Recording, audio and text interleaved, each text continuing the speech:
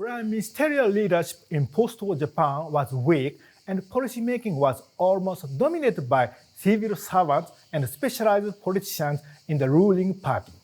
This can be explained by the organizations of the governing party and the government. The organization of the Liberal Democratic Party, LDP, which has been in power since 1955 except for short periods, was fragmented.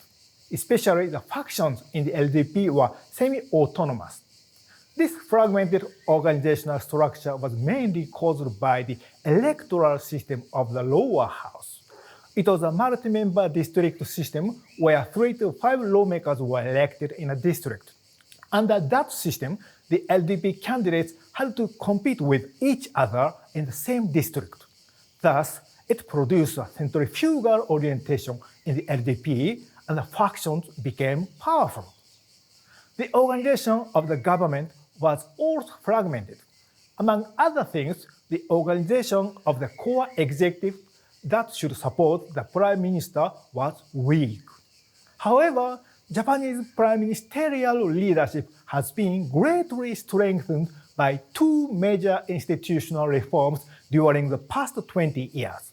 Firstly, the electoral system of the lower house was reformed in 1994. In place of a multi-member district system, a mixture of a single-member district system and a proportional representation system has been introduced. This reform has decreased factional power so much. Secondly, a large administrative reform was introduced in 2001. Above all, the core executive has been reinforced, such as the creation of the cabinet office. The cases of the Koizumi and Abe governments clearly show how prime ministerial leadership has been strengthened. Junichiro Koizumi, who was in power from 2001 to 2006, implemented a lot of neoliberal reforms like the privatization of postal services, which had been enabled under weak leadership in the past. Shinzo Abe, who was sadly assassinated last year, was the longest-serving prime minister in Japanese history. Under his government, prime minister-led policymaking was institutionalized. Because of the strengthened prime ministerial leadership, Japan is now capable of taking a leading role in the international society. In the past, Japan's traditional stance in foreign policy was generally passive, usually following the US lead and characterized as a reactive state. However, for example, Japan took the initiative in the negotiations for the CPTPP, Comprehensive and Progressive Agreement for Trans-Pacific Partnership, or TPP-11, under the Abe government. Without Japan's initiative, the CPTPP would never have been concluded. Thus, Japan can now be regarded as a proactive state. The same kind of proactiveness can be seen in Abe's advocacy of the free and open Indo-Pacific vision. Concerning European countries, Japan is now promoting partnerships, particularly security partnerships with them. For instance, NATO is talking about opening its office in Tokyo. In this time of uncertainty, I hope the partnership between Japan and European countries will lead to a more secure world. A good relationship between ministers and civil servants is vital for effective policy making.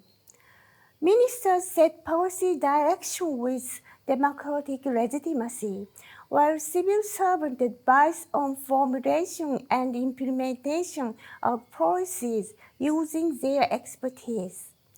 If the relationship is poor, and civil servants are not able to give their professional advice, the policy may be ineffective or even detrimental, resulting in the waste of taxpayers' money.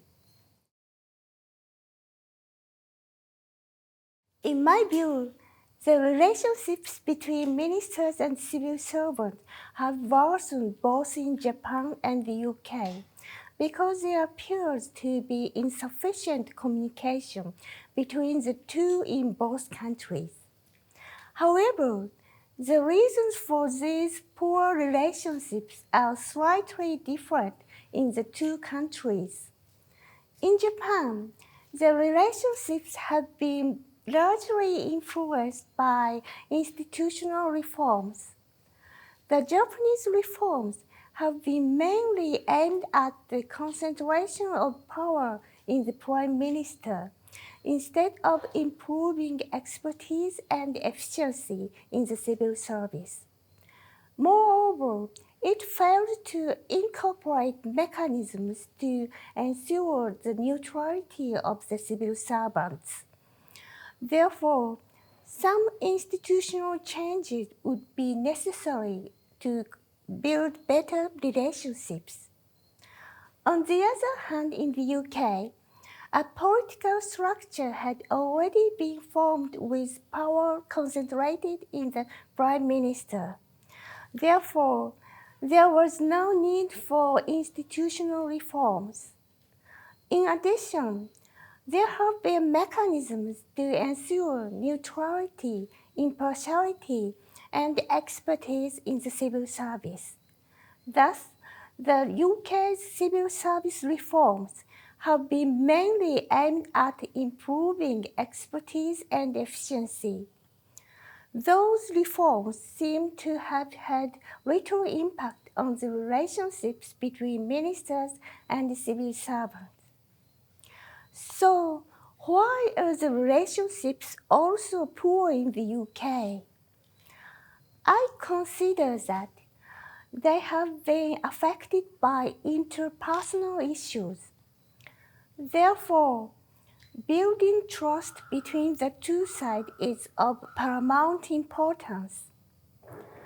If they don't trust each other and fail to value the importance of their partnership, the effect of reforms could be undermined, and policies are less likely to be implemented successfully.